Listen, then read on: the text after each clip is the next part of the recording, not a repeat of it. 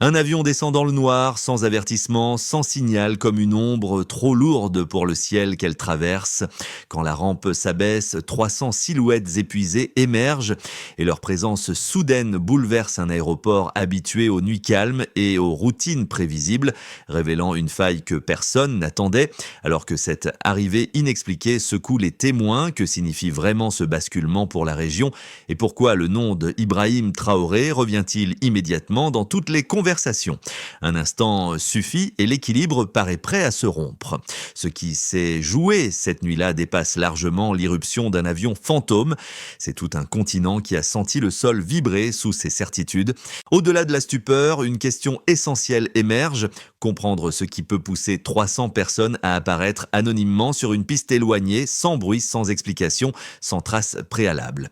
La réponse n'est peut-être pas immédiate, mais elle offre un bénéfice clair: saisir comment un incident isolé peut révéler la fragilité des équilibres politiques et humanitaires. Si certains observateurs y voient une simple anomalie logistique, d'autres perçoivent un signal profond, presque tectonique, qui annonce des tensions longtemps restées invisibles. Chaque détail compte: la route de vol inconnue, le silence des équipages, l'absence totale de documents, et chacun de ces éléments devient un fil que l'on doit suivre avec précision, car derrière cette scène nocturne pourrait se cacher une mécanique plus vaste, une stratégie que personne n'a encore nommée.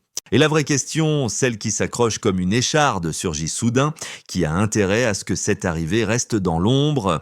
La première vérification indépendante est tombée à l'aube. 3 capteurs radars civils ont enregistré l'approche d'un appareil non répertorié à 02h43, confirmant que la nuit n'avait pas menti. La seconde révélation, plus troublante encore, indiquait qu'aucun plan de vol, même partiellement masqué, n'avait circulé dans les systèmes aériens régionaux depuis plus de 12 heures. Ces deux indices, froids, techniques, indiscutables, ont immédiatement renversé la manière d'aborder l'incident. Il ne s'agissait plus d'un simple déroutement ou d'une erreur de coordination, mais d'un mouvement préparé avec une précision telle que chaque contournement administratif semblait faire partie d'un canevas plus vaste. Les autorités locales, d'abord hésitantes, ont dû accepter l'évidence. Ce que l'aéroport avait vu cette nuit-là tenait de la manœuvre intentionnelle. C'est dans ce contexte que Ibrahim Traoré est mentionné pour la première fois dans les échanges officiels. Non pas comme une figure accusatrice, mais comme un repère politique, un dirigeant habitué à naviguer dans un environnement où les pressions extérieures se mêlent aux vulnérabilités internes. Sa position déjà délicate se retrouvait soudain au centre d'un épisode que personne n'avait anticipé, et son nom revenait parce que beaucoup se demandaient comment un leadership jeune affirmé réagirait à ce type de fracture inattendue. Les équipes techniques ont alors reconstruit méticuleusement la chronologie. La piste secondaire avait été allumée manuellement 8 minutes avant l'atterrissage. La tour n'avait reçu aucun appel, mais un opérateur avait cru percevoir un signal compressé, comme un souffle numérique étouffé. Le personnel au sol, réduit en effectif pendant la nuit, s'était déplacé presque par réflexe, sans imaginer l'ampleur de ce qu'il allait découvrir. Puis vinrent les récits des témoins. Silhouettes marchant lentement, absence totale de bagages, regard perdu comme s'il sortait d'un passage entre deux mondes. Rien dans ces scènes ne ressemblait à une évacuation classique ou à un transfert humanitaire. Quelque chose derrière cette arrivée mystérieuse semblait obéir à une logique encore cachée. Et c'est à cet instant précis qu'une autre question longtemps suspendue trouve enfin son premier fil à tirer. Au milieu des récits fragmentés et des analyses encore hésitantes, une figure discrète commence à émerger. Amadou Sori, responsable de la coordination civile à l'aéroport. C'est lui qui, le premier, a tenté de donner un sens à ce qu'il avait vu, non pas en cherchant des coupables, mais en essayant de comprendre comment un événement aussi orchestré pouvait rester invisible jusqu'à la dernière minute. Son témoignage, précis et presque méthodique, devient rapidement le fil conducteur que suivront les enquêteurs. Il raconte avoir observé les passagers avancer d'un pas étonnamment synchronisé, comme s'ils avaient été préparés à se déplacer sans poser de questions. Aucun cri, aucun échange, seulement un silence lourd, coupé par le froissement des vêtements et par le bruit mécanique des bottes des agents anonymes qui supervisaient la descente. Cette scène, dit-il, n'avait rien du chaos habituel des opérations d'urgence. Elle ressemblait plutôt à une procédure répétée, réglée au millimètre. Les premières conséquences locales, elles, n'ont pas tardé. Les hangars de stockage ont dû être réaménagés pour accueillir des groupes vulnérables. Les équipes médicales de garde, surprises par l'ampleur de la situation, ont improvisé des points d'examen sommaires. Et pendant que l'administration tentait de classer cet incident dans une catégorie existante, les réseaux communautaires s'activaient déjà, relayant des messages, cherchant des interprètes, tentant de comprendre d'où venaient ces voyageurs silencieux. Mais la vraie question, celle que Amadou Sori a posée en premier, presque sans s'en rendre compte, reste suspendue au-dessus de toutes les autres, en 10 mots à peine. Si ce n'était pas un accident, alors quoi ? Le déclencheur survient moins d'une heure après l'atterrissage. Une radio interne, normalement réservée aux équipes de maintenance, capte une courte séquence compressée, 6 secondes à peine, un mélange de pulsations numériques et d'un mot isolé que l'on croit reconnaître, mais qui semble avoir été brouillé volontairement. Pour les techniciens, ce fragment devient le premier indice tangible que l'arrivée de l'avion n'était pas un simple déroutement. La tour s'agite, les équipes croisent les logs, comparent les timestamps, cherchent une source identifiable. Rien ne correspond. C'est comme si l'appareil avait surgi d'un couloir aérien qui n'existe sur aucune carte. Le point culminant apparaît quand les premiers rapports médicaux arrivent. Les passagers ne souffrent pas de traumatismes évidents, mais présentent tous des signes identiques, une forte déshydratation, une fatigue extrême et une absence totale d'effets personnels. Aucun document, aucun téléphone, aucune trace qui permettrait de comprendre leur provenance. Les médecins notent la même réaction lorsqu'on tente de poser des questions. Les voyageurs baissent les yeux et semblent chercher des mots qu'ils ne parviennent pas à formuler. C'est ce comportement uniforme, presque synchronisé, qui alarme le plus les observateurs. Aucun groupe composite ne réagit de manière aussi parfaitement coordonnée sans préparation préalable. Les autorités locales, débordées par la simultanéité des tâches, appellent alors une cellule d'analyse externe. Cette équipe, composée de linguistes, de médiateurs et de spécialistes des mouvements de population, commence à disséquer les moindres détails. L'un d'eux remarque une chose troublante. Les voyageurs ne partagent pas de langue commune. Pourtant, ils se déplacent comme s'ils suivaient des consignes connues de tous. L'hypothèse d'un groupe rassemblé artificiellement émerge, mais elle soulève plus de questions qu'elle n'en résout. Si tel est le cas, qui les a réunis et surtout dans quel but ? Pendant ce temps, Ibrahim Traoré devient malgré lui un point de repère dans les conversations. Non pas en tant que cible d'accusation, mais comme figure symbolique d'une région habituée à composer avec ce qui surgit sans avertissement. Chaque décision qu'il pourrait prendre devient un miroir dans lequel les analystes tentent de lire les tendances futures. Sa posture, résolue mais mesurée, est scrutée pour comprendre si cet incident pourrait infléchir l'équilibre déjà délicat que connaît son pays. La rémanence, cette partie des événements qui continue de vibrer bien après le choc initial, commence lorsque les premières vidéos circulent sur les réseaux locaux. On y voit des silhouettes avancées dans les hangars improvisés, des enfants serrant des couvertures distribuées à la hâte, des équipes médicales se relayant sous une lumière blanche trop forte. Les images ne montrent rien de spectaculaire, mais elles dégagent une intensité étrange, un calme presque irréel, comme si tous les protagonistes se trouvaient dans une parenthèse temporelle dont ils n'avaient pas la clé. À mesure que ces fragments visuels se diffusent, l'incident cesse d'être une simple affaire aéroportuaire, il devient une énigme publique. Des questions affluent, certains y voient une opération humanitaire mal coordonnée, d'autres un transfert discret, d'autres encore un phénomène plus complexe mêlant logistique et silence imposé. Les autorités tentent d'apaiser les spéculations, mais les zones d'ombre sont trop nombreuses pour apaiser les esprits. La ligne des événements reste pourtant claire, un avion sans identité, une arrivée méthodique, une absence totale de réponse. Et dans ce silence, une certitude fragile se forme, presque oppressante. Tout cela a été orchestré pour rester invisible, jusqu'à ce que l'invisible se fissure. La baseline est posée dès les premières heures. L'aéroport enregistre en moyenne 4 vols nocturnes par semaine, presque tous commerciaux ou humanitaires, toujours déclarés, toujours toujours traçable. Les données sont publiques, régulières, prévisibles. Puis survient la Delta, un appareil sans identifiant, non listé, non signalé, inséré dans un créneau où aucun trafic n'était prévu. Cet écart, minuscule sur un tableau de contrôle, devient immense lorsqu'on le replace dans la mécanique du ciel. Les analystes l'étudient ligne par ligne, cherchant une faille informatique, un bug, un doublon. Rien ne concorde, la Delta reste intacte. Un deuxième indicateur vient renforcer l'étrangeté. Les capteurs thermiques du terminal secondaire révèlent une variation brutale. Une hausse de chaleur humaine équivalente à environ 300 personnes, enregistrée en moins de 3 minutes. Les techniciens comparent cette donnée aux précédents exercices d'évacuation. Jamais un groupe d'une telle taille n'avait été déplacé aussi silencieusement ni aussi rapidement.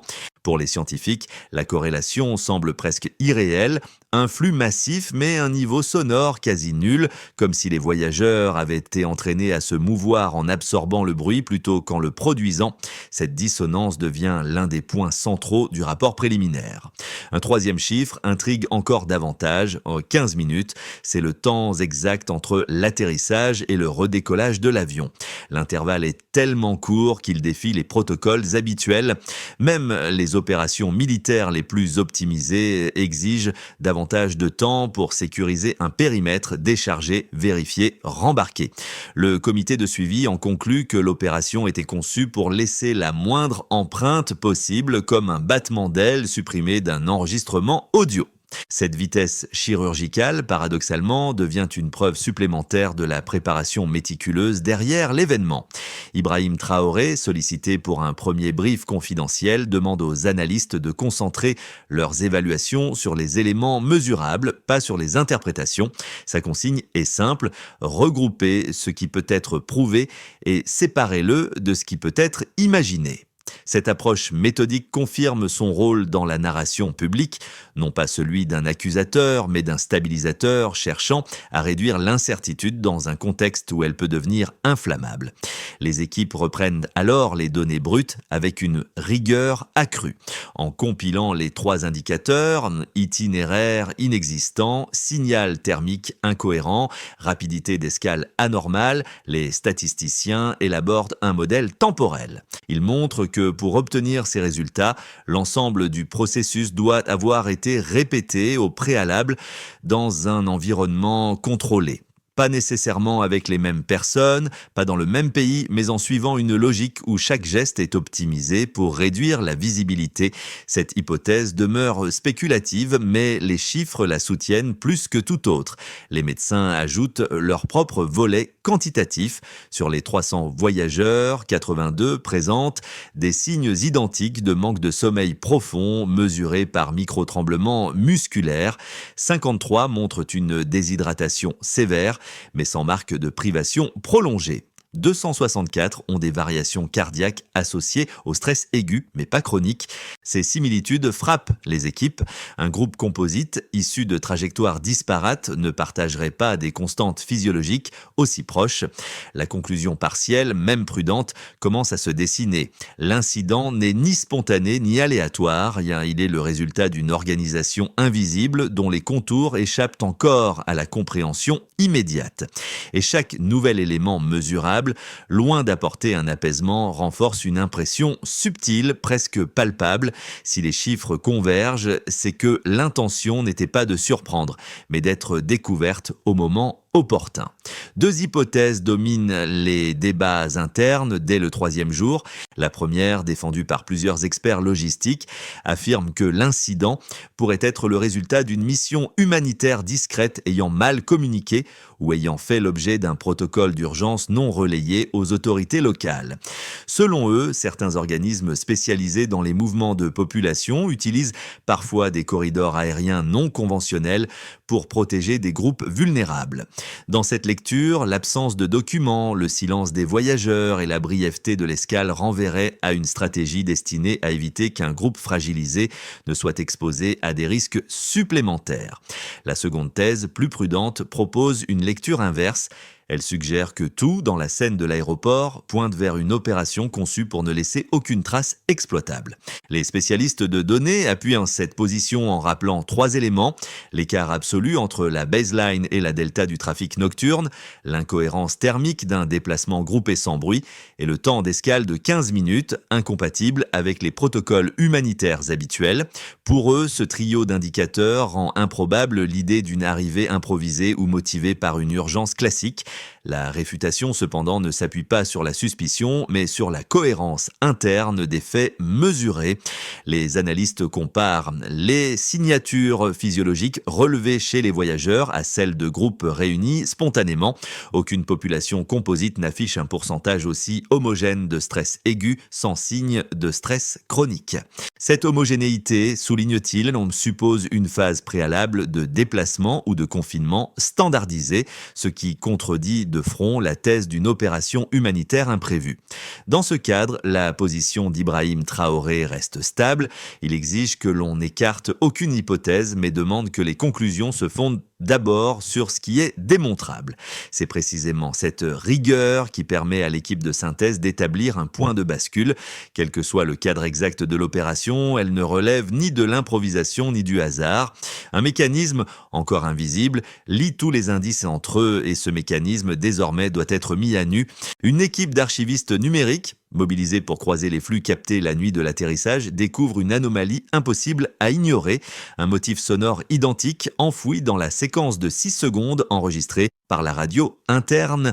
Le motif, 3 impulsions courtes suivies d'un souffle compressé, apparaît dans un autre fichier daté de 8 mois plus tôt lors d'un exercice régional jamais rendu public. Cette correspondance à 97% agit comme un coup de tonnerre. Si 2 événements séparés dans le temps partagent une empreinte identique, alors la scène de l'aéroport n'est pas isolée, elle appartient à une répétition plus large. Les spécialistes retracent ce motif jusqu'à un prototype de balise expérimentale utilisé dans des simulations de mouvements massifs et silencieux. Rien n'indique que la technologie ait été déployée à grande échelle, mais son existence suffit à ouvrir une perspective nouvelle. Les voyageurs n'ont peut-être pas seulement suivi des consignes, ils ont peut-être été guidés par un dispositif conçu pour coordonner des déplacements dans des zones sensibles.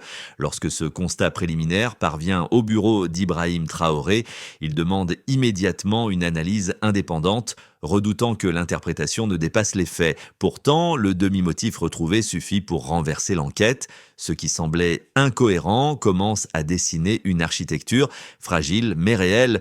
Et soudain, une ligne apparaît derrière le chaos. Les premières répercussions touchent les normes nationales. L'administration doit réviser d'urgence ses protocoles de gestion des arrivées atypiques, car rien dans les manuels existants ne prévoit la réception simultanée de 300 voyageurs sans identité consolidée. Les équipes juridiques ne travaillent qu'en sur des procédures temporaires permettant aux autorités locales d'offrir une assistance minimale tout en respectant les règles de souveraineté et de sécurité. Les responsables des infrastructures, évaluant la capacité d'accueil des hangars, souvent négligés lors des saisons calmes, et conclut qu'il faudra renforcer les installations destinées aux situations d'afflux soudain. Ces ajustements, bien que techniques, révèlent la fragilité d'un système pensé pour la prévisibilité, non pour l'inattendu. Les dynamiques locales subissent un autre type d'impact. Les quartiers proches de l'aéroport voient leur routine se transformer. Marchés, gares de minibus, ateliers improvisent des chaînes d'entraide pour fournir couverture, eau et nourriture. Les associations communautaires établissent des relais linguistiques spontanés tentant d'identifier quelques mots, quelques gestes permettant de décoder les besoins immédiats des voyageurs. Les conversations dans les cafés deviennent des espaces d'interprétation collective où chacun essaie de comprendre l'origine de cette arrivée et ce qu'elle pourrait annoncer. Dans certaines rues, la solidarité s'organise. Dans d'autres, l'inquiétude pousse les habitants à demander des éclaircissements urgents aux autorités. Les nœuds décisionnels, là où se croisent gouvernance, stratégie et perception, ressentent l'onde de choc avec plus d'intensité. Les conseillers doivent anticiper plusieurs scénarios, allant de l'incident isolé à la répétition programmée. Ibrahim Traoré, dans ce contexte délicat, devient un repère de stabilité. Il demande des synthèses factuelles, refuse les spéculations hâtives et impose un rythme qui évite la panique institutionnelle. Ces orientations, sobres mais fermes, influencent directement la manière dont les comités spécialisés cadrent l'événement.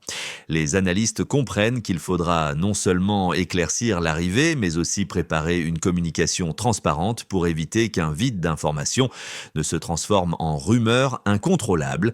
Les dynamiques régionales et transfrontalières s'en trouvent également affectées. Plusieurs pays voisins contactent discrètement les autorités locales pour vérifier si des signaux similaires ont été détectés dans leur propre réseau radar. Certains partagent des données partielles, d'autres préfèrent attendre avant de dévoiler leurs résultats. Ce climat d'incertitude crée une cartographie mouvante où chacun cherche des motifs, des analogies, des indices qui pourraient relier l'incident à d'autres anomalies passées. Les plateformes de recherche universitaires s'emparent de la question, étudiant la possibilité qu'un dispositif expérimental similaire à celui identifié par les archivistes ait été testé ailleurs sans annonce officielle. L'incident devient ainsi un point de convergence où se mêlent sécurité aérienne, sciences comportementales et logique transfrontalière. À la fin de cette première vague d'analyse, une conclusion simple s'impose. L'arrivée nocturne n'a pas seulement introduit 300 personnes dans un espace inattendu, elle a révélé les lignes de fracture et les zones d'opacité d'un système qui pensait pouvoir anticiper l'ordre des choses. Et désormais, chaque acteur, habitant, autorité, chercheur, voisin, doit décider comment interpréter ce signe qui ne s'efface plus. À mesure que l'analyse progresse, 3 trajectoires possibles se dessinent pour les mois à venir. Elles ne reposent ni sur la spéculation ni sur la peur, mais sur les signaux déjà identifiés, l'organisation méticuleuse de l'arrivée, les indices techniques convergents et la réaction mesurée des institutions. Dans un premier scénario, celui d'une stabilisation progressive, dans cette option, les autorités parviennent à clarifier l'origine logistique des voyageurs grâce à une coopération élargie entre les pôles de recherche, les organismes régionaux et les centres d'observation aérienne. Les données croisées révèlent qu'un dispositif expérimental, peut être destiné à coordonner des déplacements en zone sensible, a été utilisé sans communication préalable. Cette découverte entraîne une révision des protocoles régionaux et l'établissement d'un mécanisme partagé de signalement. Les voyageurs, désormais identifiés comme un groupe composite rassemblé pour des raisons encore floues, reçoivent un accompagnement structuré. L'incident devient alors un précédent réglementaire plutôt qu'une fracture durable. Dans un deuxième scénario plus optimiste, ici l'enquête débouche sur une transparence rare. Les équipes techniques réussissent à tracer la balise acoustique utilisée lors de la descente et un consortium d'institutions admet avoir conduit une série de tests humanitaires avancés. Cette reconnaissance ouvre la voie à une collaboration internationale sur la gestion de flux massifs en situation d'urgence. Les voyageurs deviennent un cas pilote étudié pour améliorer l'assistance en contexte instable. Les réformes initiées par le gouvernement, soutenues par la posture prudente d'Ibrahim Traoré, renforcent les garanties de souveraineté et de sécurité. L'incident, loin de fragmenter la région, sert de catalyseur à une architecture de confiance nouvelle. Dans un troisième scénario, plus sombre, dans la trajectoire la plus complexe, aucune information complémentaire ne parvient à éclairer les origines exactes du vol. Les données restent parcellaires et les voyageurs peinent à reconstruire leurs parcours individuels. Ce manque de lisibilité alimente la méfiance, notamment dans les zones où les infrastructures sont déjà tendues.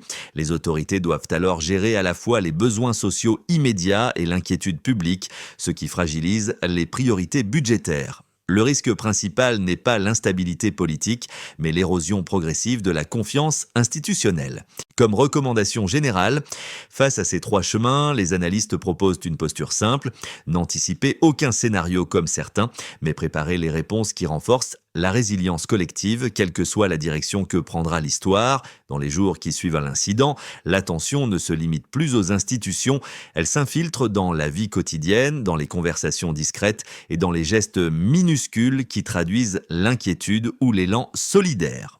Trois cercles sociaux deviennent alors des repères essentiels pour comprendre l'onde émotionnelle créée par l'arrivée des voyageurs. Le premier cercle est celui des familles, souvent les plus sensibles aux signes d'imprévu. Dans les foyers, les parents expliquent tant bien que mal à leurs enfants pourquoi un groupe entier est apparu sans avertissement, pourquoi ces personnes semblent perdues et pourtant étrangement calmes. Certains jeunes posent des questions difficiles. D'où viennent-ils ? Pourquoi n'ont-ils rien ? Et ces questions poussent les adultes à chercher des réponses fiables dans un océan d'incertitudes. Ce cercle révèle la dimension intime de l'incident. Ce n'est pas seulement une affaire technique, c'est une perturbation qui oblige chacun à repenser sa relation à l'inconnu. Le deuxième cercle est celui des travailleurs, particulièrement ceux dont les métiers touchent à la logistique, à la santé ou au transport. Beaucoup se sentent directement concernés. Ils voient dans cet événement la preuve que leur quotidien peut basculer en un instant. Certains y discernent un avertissement, il faudra des formations adaptées pour mieux réagir aux situations atypiques. D'autres perçoivent plutôt une occasion de renforcer les liens entre services, d'améliorer les outils d'urgence, d'élargir la coordination entre secteurs souvent cloisonnés. Le troisième cercle regroupe les communautés élargies, associations, groupes de quartier, collectifs étudiants, qui transforment l'incertitude en dynamique civique. On organise des points d'information, des ateliers linguistiques, des collectes de biens essentiels. Dans ces espaces, l'arrivée devient moins une source d'inquiétude qu'un appel à redéfinir les solidarités locales. À travers ces trois cercles, une vérité simple émerge. Un événement mystérieux n'affecte jamais seulement les structures, il façonne les regards, les gestes et la mémoire collective. Face à un événement dépourvu d'explication immédiate, les autorités tracent une feuille de route pragmatique. Pas pour résoudre l'énigme en un seul geste, mais pour créer un cadre capable d'absorber l'inconnu sans basculer dans la confusion. Cette démarche se construit en 5 étapes, pensées pour être appliquées rapidement et ajustées au fil des découvertes. Étape 1, stabiliser ce qui peut l'être. Un dispositif temporaire est mis en place pour garantir des soins, des abris et un soutien de base aux voyageurs. Les équipes médicales centralisent les données physiologiques recueillies afin de suivre l'évolution des constantes observées. L'objectif est simple. Éviter que l'incertitude ne devienne crise humanitaire. Étape 2, reconstruire les trajectoires individuelles. Des médiateurs spécialisés sont mobilisés pour identifier les quelques mots, gestes ou symboles que les voyageurs semblent reconnaître. L'enjeu n'est pas seulement linguistique, il s'agit de rétablir un minimum de repères afin d'aider chacun à reprendre possession de son histoire. Étape 3, cartographier les indices structurels. Les analystes croisent les signaux thermiques, acoustiques et logistiques détectés lors de l'atterrissage. Ils créent un modèle en couche pour distinguer ce qui relève du hasard de ce qui suggère un mécanisme coordonné. Cette étape, strictement factuelle, constitue le cœur du travail de compréhension. Étape 4, ouvrir des canaux de coopération régionale. Plusieurs pays voisins sont invités à comparer leurs données, en particulier celles relatives aux corridors aériens peu conventionnels. Ibrahim Traoré soutient cette approche méthodique, insistant sur l'importance d'un partage d'informations exemptes de spéculation. Étape 5, préparer un cadre juridique évolutif. Les juristes travaillent sur un ensemble de mesures permettant de gérer les flux inattendus tout en protégeant les droits fondamentaux. Le principe directeur est clair, garantir la souveraineté sans sacrifier l'intégrité humaine. Au terme de ce plan, une certitude grandit. Résoudre l'énigme demandera du temps, mais l'organisation collective peut déjà en atténuer les secousses.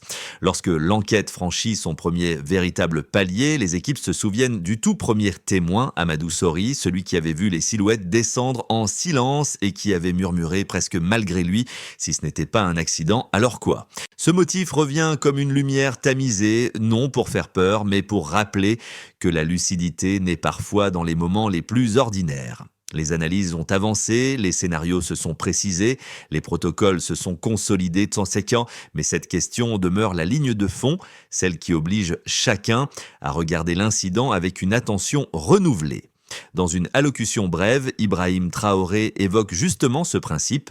Les énigmes ne se résolvent pas en un jour, mais elles révèlent les forces latentes d'une société lorsque celle-ci refuse la panique et choisit la méthode. Son ton, calme et ferme, agit comme un repère dans un paysage encore mouvant. Et tandis que les hangars se vident progressivement, que les équipes médicales rangent leurs dossiers et que les premiers récits personnels émergent timidement, quelque chose se cristallise. L'impression que cette nuit étrange a servi de révélateur, non d'alarme. Un mystère peut diviser, mais il peut surtout éclairer. Alors que les analyses se poursuivent et que les voyageurs commencent lentement à retrouver des repères, une dernière idée s'impose. Cet événement n'appartient pas seulement aux autorités, il appartient aussi à celles et ceux qui l'ont observé, questionné, accompagné. Les mystères ne se dissipent jamais d'un seul coup, mais ils deviennent plus accessibles lorsque la société choisit d'y répondre avec calme, curiosité et solidarité plutôt qu'avec crainte. Dans les quartiers comme dans les centres de recherche, chacun a désormais un rôle modeste mais réel, partager les informations fiables, soutenir les initiatives locales, maintenir une vigilance constructive. L'incident de l'aéroport rappelle que les communautés fortes ne se reconnaissent pas à l'absence des preuves, mais à la manière dont elles y font face. Si ces récits vous parlent, si vous souhaitez suivre l'évolution de cette histoire et comprendre comment les prochains mois éclaireront les zones d'ombre, vous pouvez simplement rester présent, poser vos questions, apporter votre regard. Parfois, la contribution la plus précieuse n'est pas un geste spectaculaire, mais une attention continue.